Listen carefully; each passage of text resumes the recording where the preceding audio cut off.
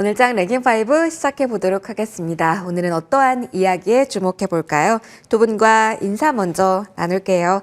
IS앳 김태성 본부장, 유진투자증권 챔피언스 라운지 김민기 PB 나와주셨습니다. 두 분 어서 오십시오. 네, 안녕하세요. 안녕하세요.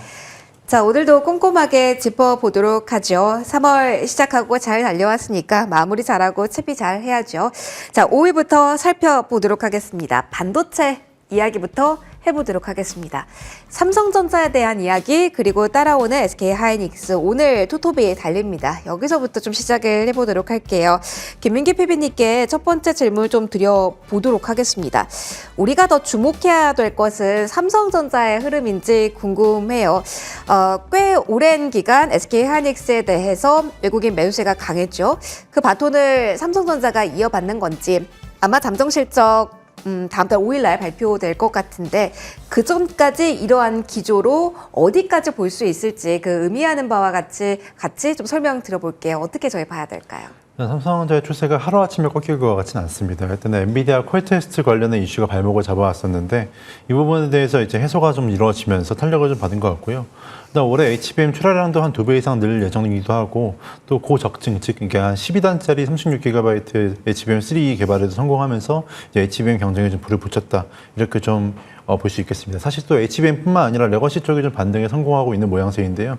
발표된 2월 생산 지표를 살펴보면 반도체가 생산이 전달 대비 4.8%가 증가했거든요. 그러니까 디램과 낸드 시장 재고 수준도 많이 줄어들었고 가격 반등도 나오고 있는 상황인데 이러한 고질적이고 구조적인 공급 과잉이 해소가 될 게 분명하고 업황 반전은 반드시 이제 나올 것이다라고 말씀드릴 수 있겠습니다. 그리고 또 이러한 기대감이 좀 반영이 되면서 전통적인 장비주들 초보장 단에서도 현재 좀 수급이 들어오고 있는데 오늘은 또 원익 IPS가 좀 강했습니다. 하지만 이게 장비 단에서는 사실 계속 끌고 가기는 조금 힘들 것 같은 것이 지금의 업황이 턴어라운드 구간이면 맞습니다. 하지만 이게 감산이 증산으로 바뀔 정도의 업황 상태는 아니거든요. 물론 장기적으로 봤을 때는 가능성이 있고 장비주들이 밸류에이션 저평가 구간인 것은 맞긴 합니다만은 적어도 3분기 정도까지는 장비 쪽보다는 소재 쪽 위주로 보시는 것이 낫겠다는 생각이 들고 지금 HBM 투자에 집중되는 상황이기 때문에 오히려 레거시 쪽에서 약간 업황 개선의 속도가 좀 빨라진 상황이고 마이크론에서도 현재 디램과 낸드 가격이 상승하고 내년부터 본격적인 수익성 개선이 이루어진다고 보고 있는 상황이기 때문에 이게 전통적인 소부장적 수혜는 나올 수 있지만 지금 장비보다 소재 쪽이 더 매력적이고 소재 쪽으로 본다면은 저는 원익 QNC를 조금 더 현재 수급적으로 봤을 때 괜찮다고 보고 있습니다. 그럼 동시에 봐야 되는 걸까요? 소부장 중에는 소재 쪽의 매력이 더 있고 그렇지만 그 중에서도 가격 메리트까지 같이 봐야 되는 상황으로 보시는 거죠? 네, 가격 메리트도 같이 봐야 된다고 보고 있고요. 물론 이런 레거시 반도체 그 소부장 단도 보는 것도 좋긴 하지만 저는 또 HBM 쪽도 계속 같이 봐야 된다고 보고 있거든요. HBM 쪽은 제가 지난주에 이렇게 말씀드렸던 미코 같은 경우에는 어제 장대 양봉이 좀 나와줬는데 한미반도체와 마이크론의 그 TC본더의 계약 이슈에 가장 큰 수혜를 볼 수 있는 종목이라고 생각이 되고 이미 미코는 한미반도체 하부척을 독점으로 공급을 해왔고 또 상부 펄스 히터도 현재 펄 테스트 진행 중이기 때문에 충분히 이런 HBM 관련 섹터에서 가장 좀 덜 가지 않았나 충분히 가격 상방이 열려있지 않았나 이렇게 말씀드리고 싶습니다.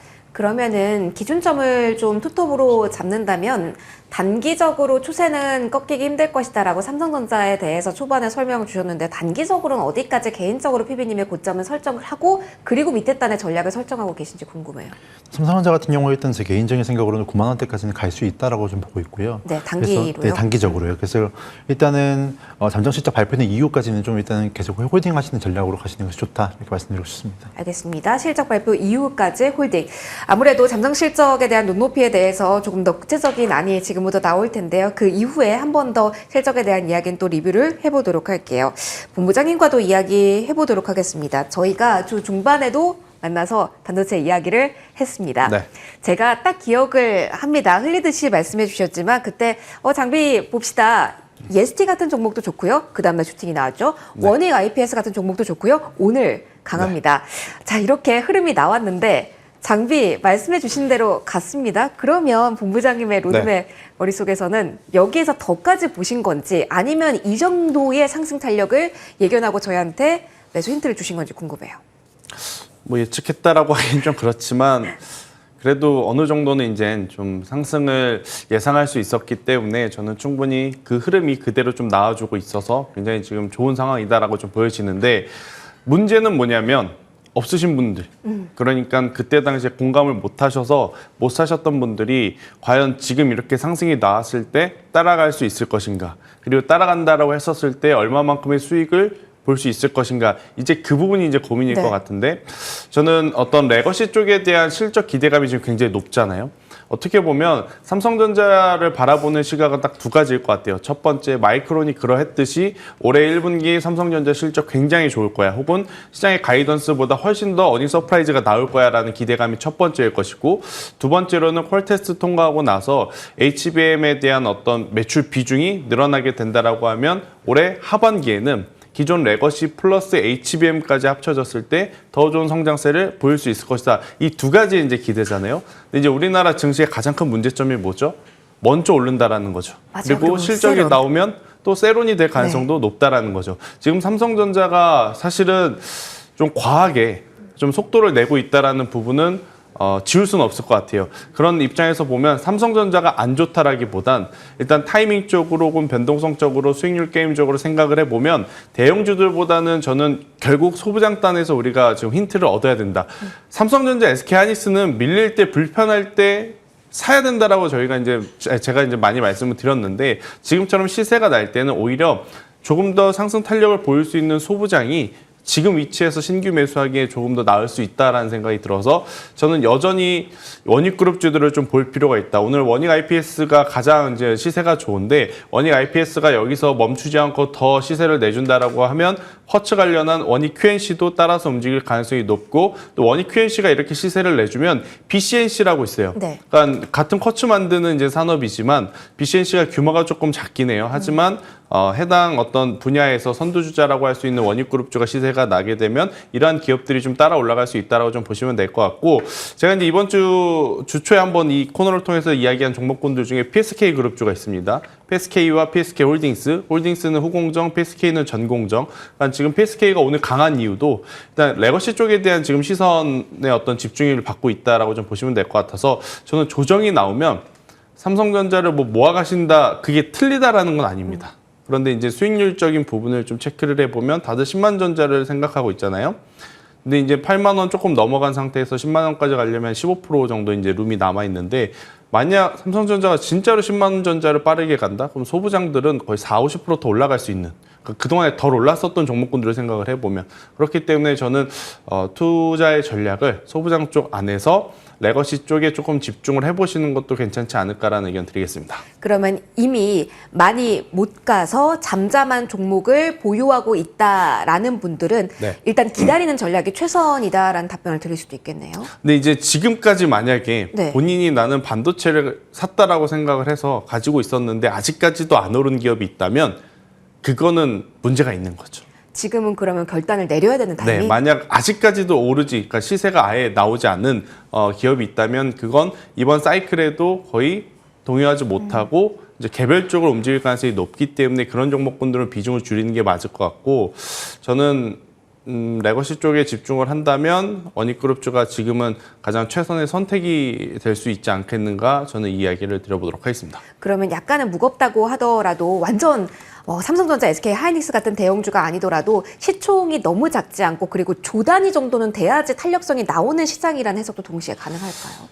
그럴 수도 있는데 네. 이제 다음 주, 다다음 주 되면 본격적으로 또 실적에 대한 이야기가 나옵니다. 그렇죠. 네, 실적에 대한 이야기가 나오면 결국 대형주 먼저 이제 관심을 받기 때문에 당연히 지금 시점에서는 오히려 대형주를 사야 되나?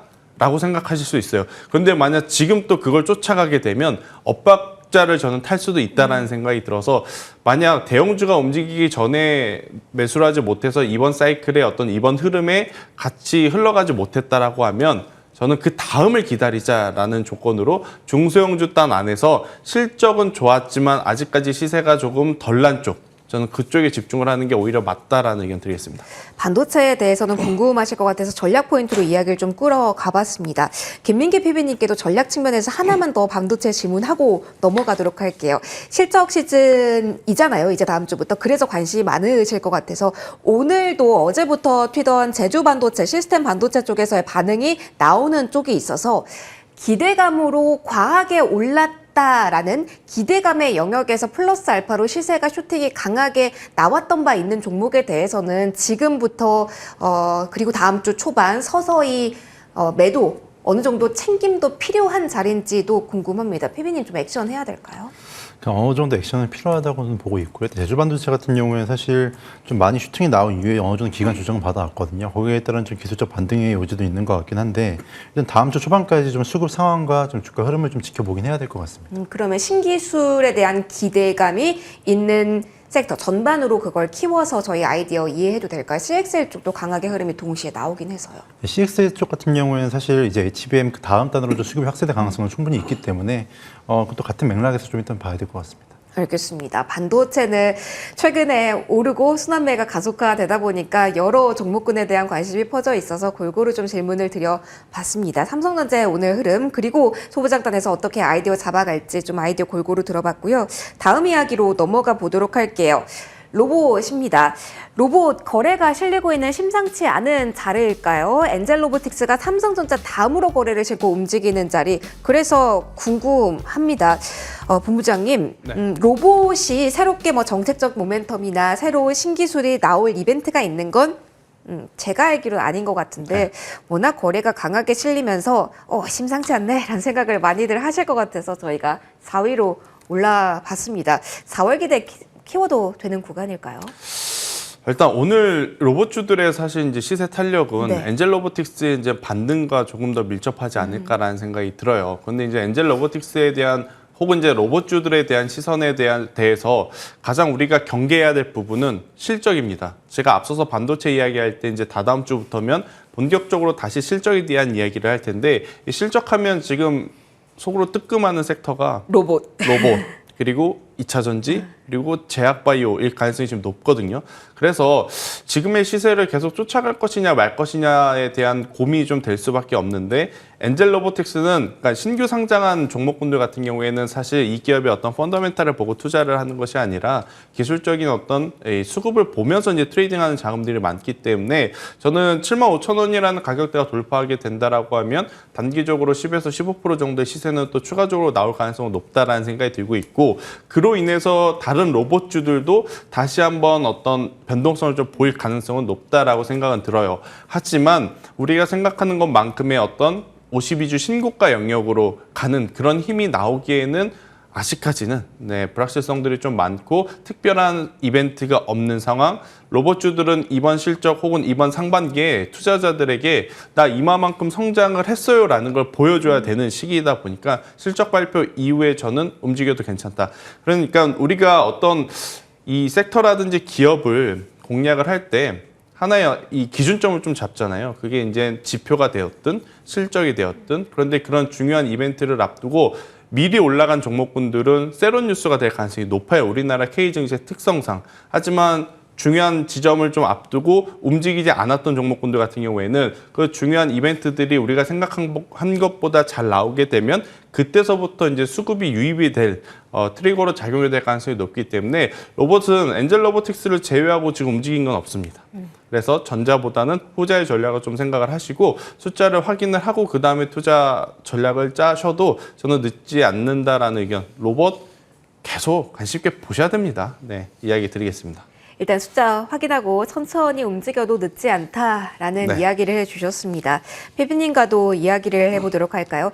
그러면 실적 측면에서 포커스가 더 맞춰진다라는 점에 가정을 해야 될지, 뭐 따지고 보면 뭐 하반기로 갈수록 실적 흑자 전환에 대한 이야기를 나오는 종목도 있습니다만 그런 모멘텀으로 봐야 될지, 아니면 최근에 휴머노이드 로봇 이야기 많이 나오잖아요. 그럼 또 여기가 AI랑 연결이 또 강하게 됩니다.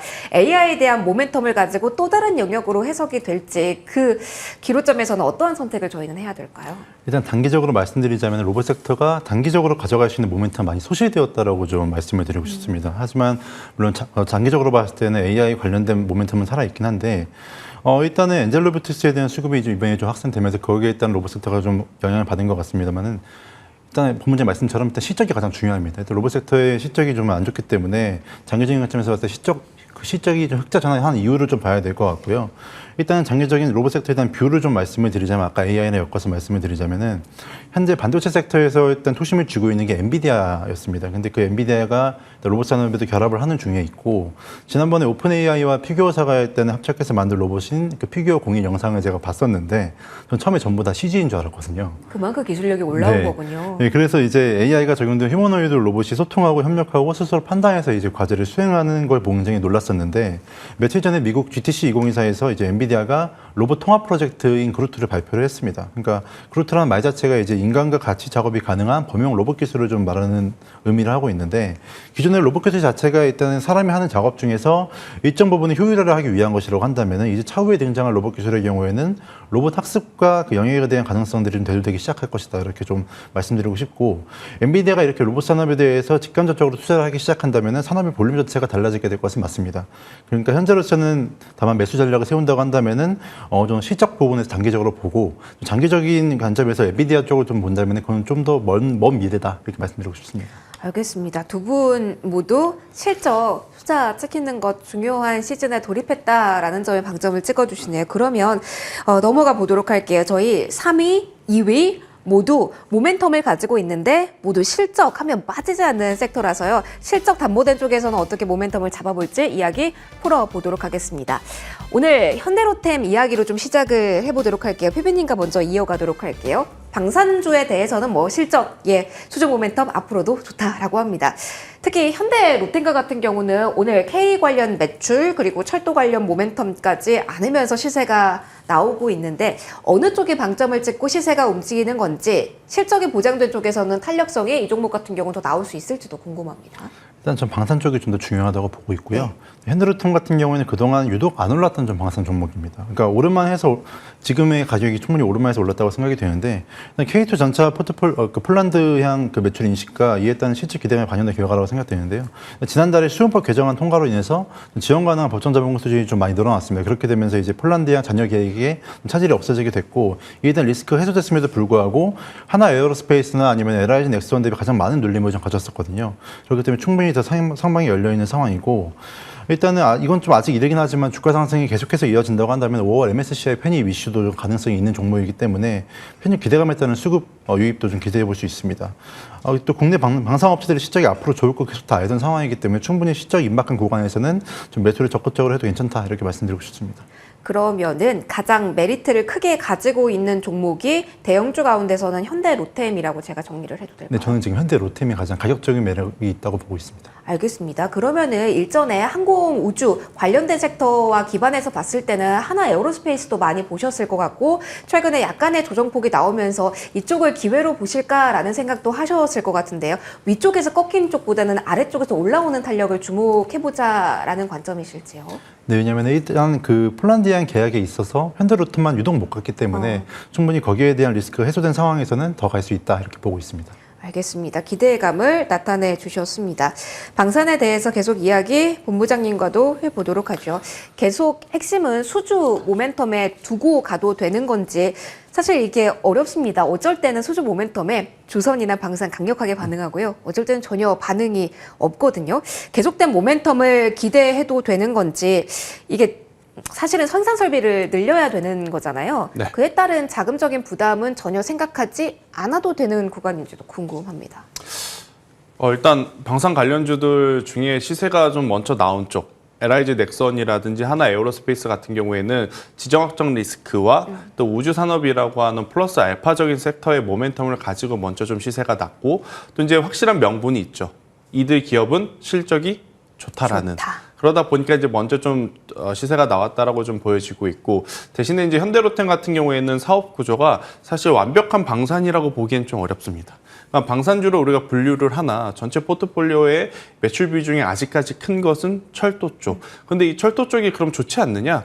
아니거든요. 그러니까 철도 같은 경우에는 이미 동남아시아 쪽에서는 가장 높은 점유율을 좀 가지고 있고 여전히 돈을 잘 벌고 있었던 상황 속에 이 방산이라고 하는 부분이 차지하는 매출 비중이 조금은 적다 보니 그동안의 방산주 내에서도 약간 이제 후순위, 이렇게 이제 평가를 좀 받았지만 철도도 좋고 방산도 좋으면 당연히 주가는 올라갈 가능성이 높다라고 좀 보여지고 있고 이들 섹터 대다수가 52주 신고가 영역에서 움직이고 있습니다. 근데 현대 로템만 지금 움직이지 못했다라는 것은 오히려 앞서 PB님께서 이야기하셨다시피 가격적인 메리트가 생긴 거거든요. 저도 지금 당장 하나 에어로스페이스를 갖고 있다면, LIG 넥선을 갖고 있다면 현대 로템은 눈에 들어오지 않아요. 하지만 만약 두 기업을 가지고 있지 않다. 그런데 방산주를 사고 싶다라고 하면 당연히 현대 로템을 언제 얼마만큼 사서 어느 정도의 목표가를 가지고 갈까? 이 생각을 지금 할 수밖에 없는 상황이라서 저는 만약 방산 쪽에 수급이 몰린다라고 하면 현대 로템으로 당분간은 또 몰릴 가능성이 높다 생각이 들고 있고, 방산에서 이제 우리가 두 가지를 체크를 해야 됩니다. 첫 번째, 정말로 수주 규모가 점점 늘어나는지, 그리고 두 번째, 이 폴란드를 제외한 새로운 어떤 국가와 계약을 체결하는지. 그러니까 루마니아 이야기가 좀 많이 거론이 되고 있는데, 그곳과 이제 실질적으로 이제 계약 체결이 크게 이루어지는지를 한 번 더 체크를 해볼 필요는 있다라는 의견 드려보도록 하겠습니다. 리스트업 같이 할 종목으로 항공우주까지 넣으면은 좀 무리일까요? 가격적인 메리트로 내가 하나 에어로스페이스 없다, LG 넥선 없다 하면 같이 보실 것 같아서요. 회사채에 대해서 수요가 이만큼 있었던 걸 보면 어느 정도 기대감도 나타나고 있지 않나라는 생각이 살짝은 듭니다. 그러니까 이건 취향 차이일 것 같아요. 그러니까 저는 방산을 본다면 지금은 현대 로템이 원픽이고 여기에 어떤 우주항공까지 본다라고 하면 당연히 기업의 좋고 나쁘고를 따져봤을 때는 한국항공우주가 굉장히 저는 좋다라고 좀 보이지만, 만약에 이제 개인 투자자 입장에서 내가 이제 투자를 한다라고 하고 이 우주산업 쪽에서 찾아본다라고 하면 저는 인텔리안테크라고 하는 기업을 좀 찾을 수 있을 것 같아요. 그러니까 인텔리안테크는 우리가 흔히 알고 있는 안테나의 모양이 어떻죠? 접시의 이 볼 모양이잖아요. 근데 인텔리안테크가 이번에 좀 기술 개발에 성공해서 출시한 제품은 평면형 안테나라고 보시면 될 것 같아요. 평면형 안테나는 스타링크, 그 다음에 두 번째에 이제 인텔리안테크가 지금 가지고 있다라고 좀 보여지고 있고, 아무래도 이동이 쉽고 어디든지 설치하기고 쉽다라는 이제 장점을 좀 갖고 있어서 가격적인 메리트도 있고 어떤 기술적인 이 인증도 지금 받은 기업을 좀 고려를 해본다라고 하면 한국항공우주가 안 좋아서가 아니라 좋은데 변동성이 과연 중소형주들보다 크게 나올까 고민이 될 것 같아서 저는 수익률 게임을 원하시는 분들은 인텔리안테크라고 하는 기업도 저는 있다라고 참고를 하셨으면 좋겠다, 이렇게 말씀드리겠습니다. 어떤 종목으로 전략을 확장해 볼지에 대한 팁까지 들어봤습니다. 계속 좀 이어나가도록 할게요. 이제 EV 키워드를 확인해 보도록 할 텐데요. 전력기기 이야기를 해보도록 할게요. 사실 여러 가지 호재가 붙고 있습니다. AI 전력 수요 더 많이 필요하다. 그리고 구리값이 강세를 보여도 전력기기는 플러스 알파 호재를 안고 움직임 나오는데요. 다만 살짝은 종목별 차별화가 여기도 진행되는 건지 오늘자리는 궁금하실 것 같아서 그 포인트를 먼저 짚어보도록 하겠습니다. 피비님, 오늘 신고가 간 종목도 있고요. 그리고 그동안 쉬어갔다가 움직였다가 했지만 오늘은 소외되는 종목도 있습니다. 반도체에서 일단 종목별 차별화가 좀 중반부터 뚜렷하게 나오고 있잖아요. 전력기기 이쪽 마찬가지로 종목별로 방향성이 이제부터 많이 달라지게 될 걸 염두를 좀 해봐야 될까요? 일단 여기 가는 종목들이 좀 수급이 확산되면서 조금 순환매가 좀 이루어진다고 좀 보면 될 것 같고요. 일단 재룡전기업 같은 경우에는 3월 중순쯤에 고점 한번 도달하고서 열흘 정도 차익 수치란 매물 나오면서 조정을 거쳤는데, 지금 물량들 살펴보면 전부 다 기관들이 받아내고 있었거든요.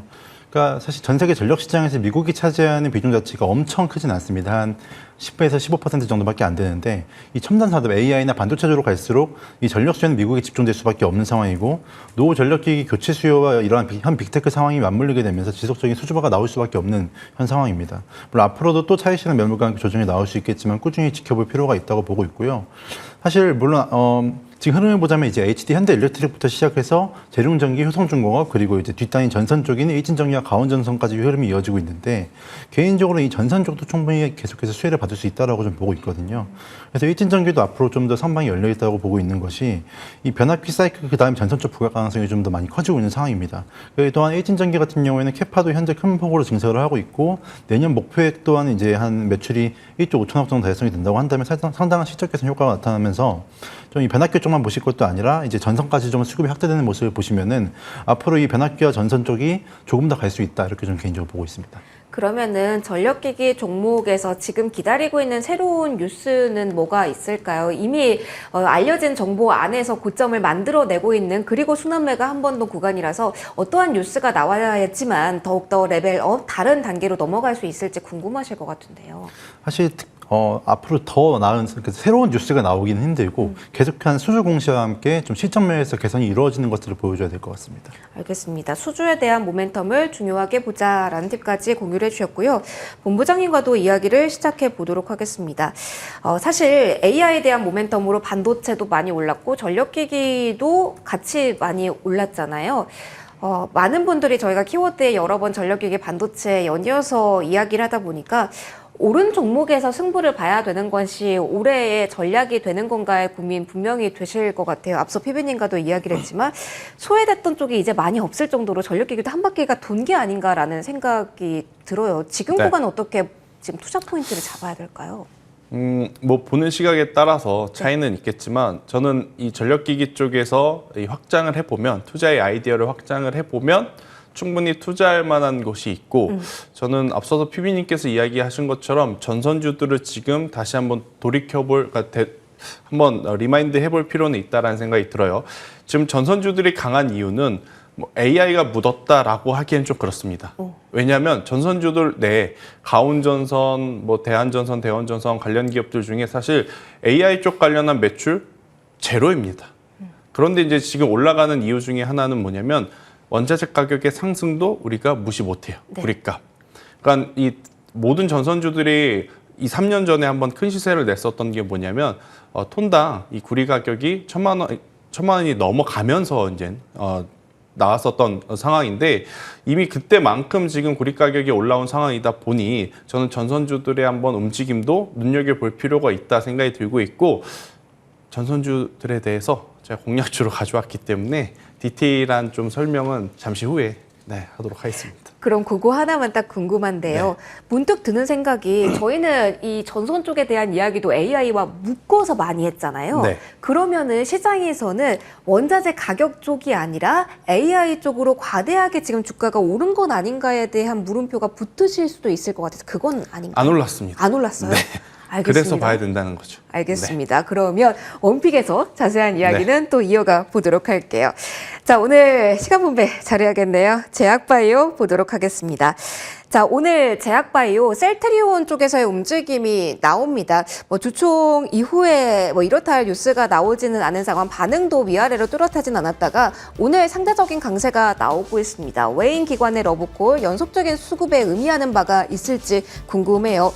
피비님, 최근에는 저희가 사이즈가 조금 큰 종목들, HLB 그룹주, 셀트리온, 삼성당제약, 알테오제 이렇게 이 종목들 위주로 많이 이야기를 하고 있는 것 같아요. 전반적으로 이렇게 사이즈가 크게 눈에 띄는 제약바이오 내에서의 순환매 성격도 있을지 아니면 개별적으로 셀트리온이 수급적으로 매력을 받고 있는 오늘장의 이유가 있을까요? 사실 셀트리온의 반등 이유를 사실 오늘 크게 의미를 부여하기는 좀 어렵고요. 뭐 기사 중에 뭐 네덜란드 쿠퍼펀드가 국내 주식 비중을 늘렸는데 거기에 뭐 셀트리온이 포함되어 있던 기사가 나오긴 했습니다만은 뭐 큰 영향이 있는 것 같지는 않습니다. 단순히 현재 지금 대형 바이오주들 간에서 약간 순환매 성격이 좀 있는 것 같고요. 사실 올해 셀트리온에 있어서는 불확실성도 다소 존재하는 구간이긴 합니다. 일단은 합병으로 인한 영업권 상각 이슈도 존재하고 있고 헬스케어로 합병 시 발생했던 영업권 상각 비중이 상반기에만 한 500억 정도가 반영될 예정이고 향후 9년 동안 한 300억에서 400억 규모로 상각이 될 예정이거든요. 그래서 이런 지속적인 상각 비용이 좀 실적에 좀 영향을 줄 수 있는데 다만 이제 진펜트라 같은 경우는 미국 출시로 인해서 매출 볼륨 확장을 좀 노려볼 수 있겠고요. 올해 하반기부터 본격적으로 확인될 이런 실적 전망이 좀 존재하는 만큼 좀 어려운 구간이긴 한데 또 신규 파이프라인 구동과 진펜트라의 미국 정책이 순조롭게 진행된다면은 이 상각 비용 이슈는 쉽게 넘어설 수 있다고 보여집니다. 다만 지금은 좀 지켜봐야 될 구간이다 이렇게 말씀드리고 싶습니다. 그러면은 지난주와 그러니까 최근에 저희가 제약바이오 이야기를 피비님과 했을 때와 의견이 변함없는지도 살짝 궁금합니다. 이전에 레고캠바이오에 대해서 가장 긍정적인 이야기를 해주셨잖아요. 이제 하캠 모멘텀이 곧 오픈될 예정이라서 레고캠바이오에 대해서 수정할 부분 없는지 전략적으로 추가적인 이야기도 들어보고자 합니다. 충분히 일단 4월 5일에 예정되어 있는 미국 암연구학회에 대해서는 계속해서 좀 모멘텀을 가져갈 수 있다고 보고 있고요. 일단 레고캠 바이오뿐만 아니라 일단은 ABL 바이오 같은 경우에도 최근에 좀 기사도 좀 많이 나오고 있고 현재 전망이 좋은 상황이라서 이렇게 좀 ADC 섹터와 함께 지금 이 연구 학회에서 새롭게 신규 파이프라인을 발굴해낼 수 있는 그런 기업들을 위주로 좀 봐야 된다 이렇게 말씀드리고 싶습니다. 알겠습니다. 학회에 대한 모멘텀을 계속 끌고 가도 된다로 정리를 좀 하도록 하겠습니다. 제약바이오에 대한 이야기까지 좀 해봤고요. 오늘 원픽 많이 궁금하실 것 같아서 바로 넘어가 보도록 하겠습니다. 김태성 본부장님께서 안 올랐습니다. 그래서 봐야 되는 겁니다. 라는 힌트 주셨던 전선주 가운데 오늘 원픽 어떤 종목 가져오셨을까요? 저는 오늘 대한전선을 좀 가지고 나왔는데 네. 사실 LS전선이 이 거래소나 코스닥 증시에 상장되어 있다면 LS전선이 원픽일 거예요. 그런데 이제 일단 그 기업이 지금 정식으로 상장되어 있지 않기 때문에 그룹주로 가는 것보다 이쪽이 낫다? 네, 저는 차라리 대한전선으로 가는 게 맞다. 장단점은 지금 명확합니다. 일단 단점부터 좀 말씀을 드리면 대한전선의 주가가 지금 상대적으로 다른 기업들보다 많이 올라온 것은 딱 하나밖에 없어요. 유상증자를 2번을 했고 그 유상증자의 금액이 굉장히 컸기 때문에 근데 이제 최근에 한 유상증자의 어떤 이 목적을 보면 해상 케이블로에 이제 진출을 하겠다라는 이야기를 했거든요. 우리나라 전선주들 중에 가장 대표적인 건 육상은 대한전선, 해상은 LS전선이었습니다. 그런데 대한전선이 기존에 잘하고 있던 육상을 키우려는 게 아니라 그동안 하지 않았던 해상 풍력, 해상 전선, 해상 케이블 쪽에 사업을 이제 늘리겠다라는 식의 이 유상증자를 했어요. 그러면서 단순히 증자만 한 것이 아니라 이 포설선이라고 해서 해상 케이블을 까는데 필수적인 배를 샀습니다. 그러면서 지금 영역을 확장을 하고 있고 실제로 수주 잔고도 육상 케이블은 여전히 좋고 이제 해상 케이블 쪽에 이제 수주 잔고도 조금씩 결과를 좀 내고 있다라고 좀 보시면 될 것 같아서 증자에 따른 어떤 수급 이슈, 그러니까 오버행 이슈는 가지고 있지만 결국 높은 수주 잔고와 최근에 또 구리값이 제가 앞서서 이야기 드렸다시피 많이 올랐다 그랬지 않습니까? 판가로 전이를 시켜버리면 영업이익률이 높아질 수밖에 없어요. 그래서 이런 수급적인 오버행 이슈를 실적으로 저는 모두 커버 가능한 지금 현재 상황이 아닐까 생각이 들고 있고 만약 이 업황이 좋지 않다면 오늘처럼 이 변동성이 나올 때 처질 가능성이 높거든요. 그런데 지금도 바닥권에서 거래량들이 좀 터져주면서 굉장히 물려있던 악성 매물을 지금 잘 소화해내고 있는 그러한 상황이다라고 판단이 돼서요. 저는 현재 구간에서 이 9,000원이라는 가격대까지 밀리지만 않는다라고 하면 충분히 시세를 좀 내면서 1차적으로는 13,000원, 그리고 13,000원이라는 가격대가 돌파하게 되면 15,000원까지도 한번 보실 필요는 있지 않겠는가라는 의견을 드려보도록 하겠습니다. 1차적으로는 13,000원, 15,000원까지 볼 수 있는 네. 가격대 목표 제시를 해주셨습니다. 오늘장 랭킹5는 여기서 마무리 짓도록 할게요. IS 김태성 본부장, 유진투자증권 김민기 PB 두 분과 함께 오늘장 랭킹5 꾸려봤습니다. 3월 한 달 동안 고맙습니다. 수고하셨습니다.